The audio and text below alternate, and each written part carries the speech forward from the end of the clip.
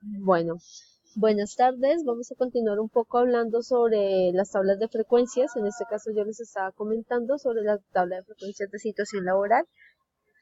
Algo importante, cuando yo tengo una tabla de frecuencias, es decir, cuando ya tengo todos mis datos organizados, permite que yo pueda mostrar gráficamente mis resultados.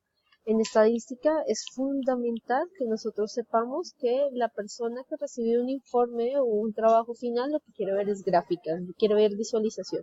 Entonces, formas en las que podemos hacer, recordemos que para variables cualitativas es muy usual utilizar un diagrama circular, un diagrama de barras, es los dos que más se usan. Claramente también en la lectura ustedes pueden encontrar sobre pictogramas y demás formas de resultar gráficas, pero los softwares estadísticos básicamente que nos van a permitir hablar sobre diagramas circulares y diagrama de barras. Entonces, ¿cómo lo hacemos? Vamos a hacer un ejemplo pequeñito.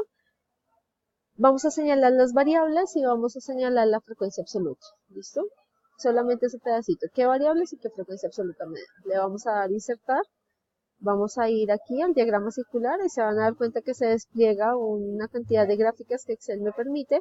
Le damos diagrama circular y lo colocamos. ¿Qué pasa cuando nosotros tenemos eso? Pues podemos cambiar el título del gráfico, que en este caso se llamaría situación laboral, y visualmente usted le permite al lector decir qué es lo que está pasando. Entonces, des en cuenta que en el panel superior de la pantalla aparecen unas formas más bonitas de generar esta gráfica. Se me ocurre explorar esta. Miren, aquí no solamente me aparece lo que más se está repitiendo, sino el porcentaje. Y a partir de convenciones, me dice qué es lo que está pasando en esa población. Me encuentro que hay muchísimos estudiantes que lo sospechábamos. Claro, nosotros sabíamos que habían 13 personas que superaban el resto, pero visualmente yo no tengo que mirar esa tabla ni tener esa contaminación visual, sino que a partir de una gráfica me doy cuenta de lo que está pasando. ¿Listo? Entonces, podemos tener un diagrama circular para variables cualitativas o, si no nos gusta, los diagramas circulares, no sé, nos parecen que son demasiado didácticos, le podemos dar insertar y también encontramos esto en la sociedad que se llama un diagrama de barras. ¿Listo? De nuevo, en el diagrama de barras nos muestra, en este caso nos está diciendo cuál es el dato que más se repite, le podemos cambiar colorcitos y bueno, queridos oyentes, ahí pueden explorar todas las cosas que pueden llegar a encontrar. ¿Listo? Entonces, importante para cualitativos, diagrama de barras o diagramas circulares. No caigan en el error de hacer diagramas que son solamente para datos cuantitativos. ¿Listo? Utilicen las herramientas de forma correcta.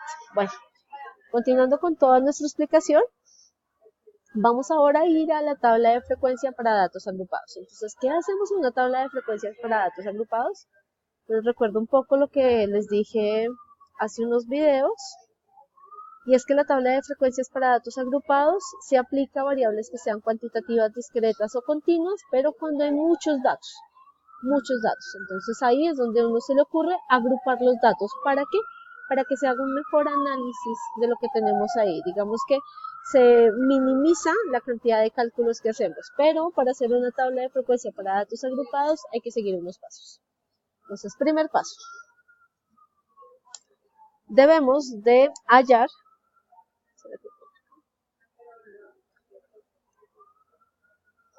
el rango de los datos.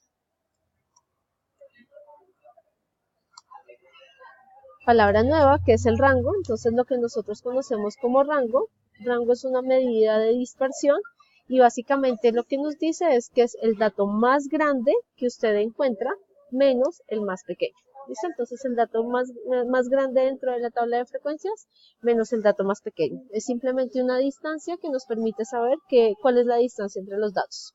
¿Listo?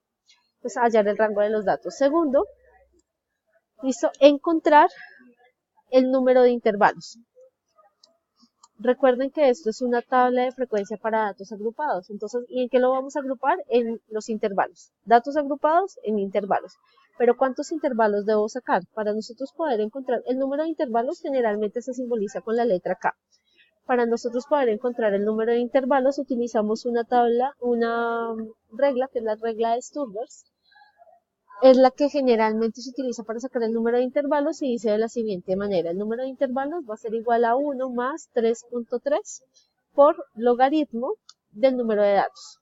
¿Listo? Entonces no entren en pánico, ahí no dice nada grave, dice 1 más 3.3 por logaritmo, que es una operación matemática, que eso Excel lo tiene, y n, básicamente lo único que nos está diciendo es cuál es el número de datos. En nuestro ejercicio ese número de datos sería 30, porque tenemos 30 individuos, ¿listo? Entonces, primer paso, hallo el rango. Segundo, encuentro el número de intervalos. Tercero, hallo la amplitud de los intervalos, es decir, qué tan amplio va a ser cada intervalo. Entonces, la amplitud generalmente se simboliza con la letra A y se encuentra de la siguiente manera. La amplitud va a ser igual a el número de intervalos, es decir, K, sobre el rango, es decir, R. Entonces, otra vez, amplitud va a ser igual a número de intervalos, discúlpenme,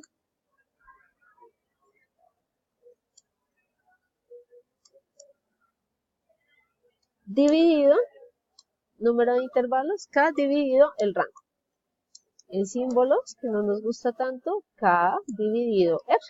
¿Listo? Entonces ahí se encuentra el número, la amplitud. Importante, ¿qué pasa cuando, profesora, el número de intervalos me da un número decimal? Es muy usual que nosotros tengamos que K es decimal.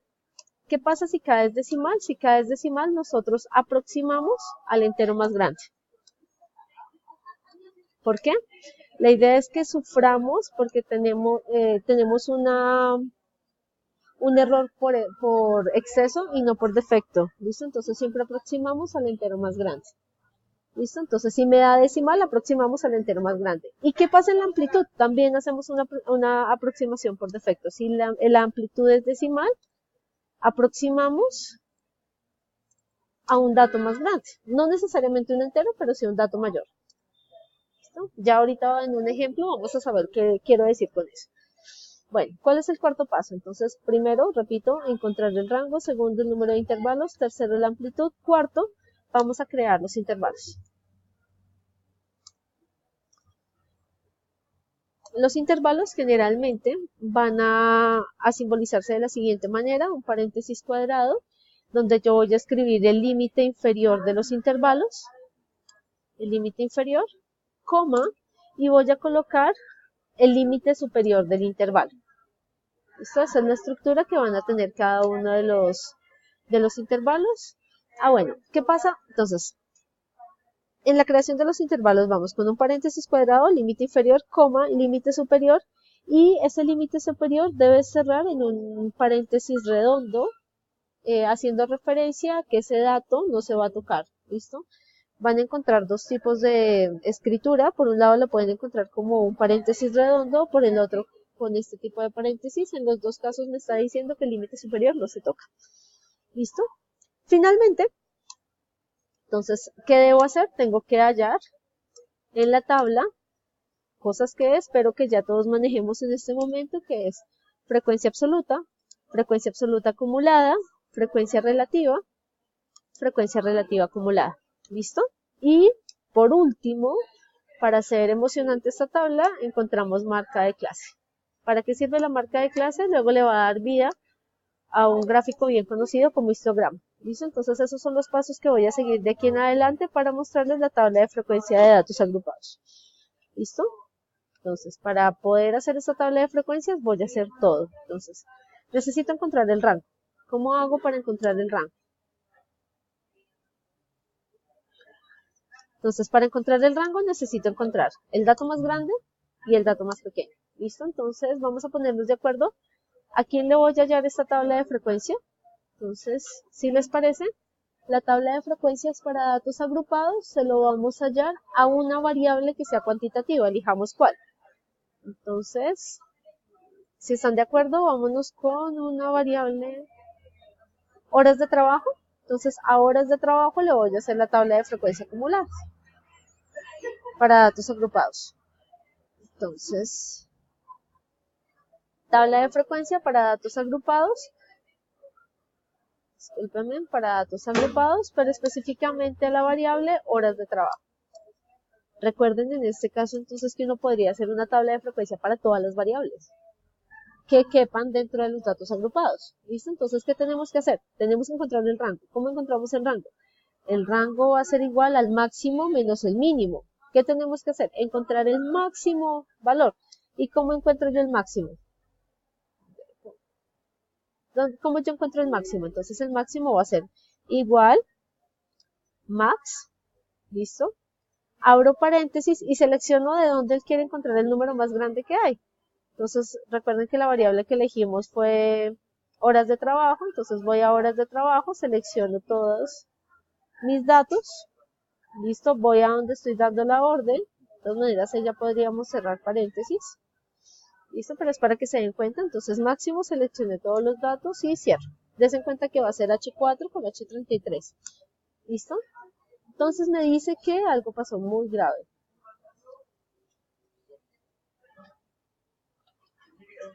¿Qué? Denme un momento, voy a dejar esto señalado. Queridos oyentes, mi Excel no reconoce los números decimales con coma. Para mi Excel funciona con punto. Entonces, desafortunadamente, tengo que hacer este cambio a punto. ¿Listo? No se preocupen.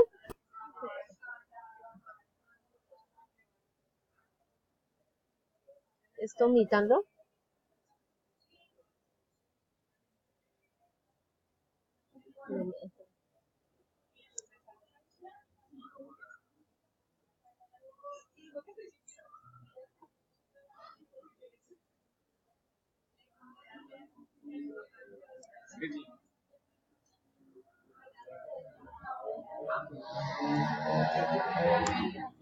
Lo que acabo de hacer es hacer un reemplazo en cada una de las variables. Voy a hacerlo aquí en horas de trabajo. Entonces voy a reemplazar todas las comas por puntos. Listo. Vamos a volver a revisar si ya ahora sí funciona. Entonces, vamos a ver, estábamos buscando acá, ¿no? Entonces aquí estábamos diciendo que íbamos a encontrar el dato máximo. Entonces, dato máximo que va a ser igual, máximo, señalamos todos los datos, era H5 hasta H33, ahí quedaban señalados los datos y cerramos. Listo. Entonces nos perdimos un momentico, pero básicamente estamos encontrando el dato más grande, ¿listo? Ahora, ¿cómo hago para encontrar el dato más pequeño? Entonces el dato más pequeño va a ser igual a ¿qué? Entonces va a ser igual mi, abro paréntesis, señalo todos mis datos, es decir, vuelvo y busco mi variable.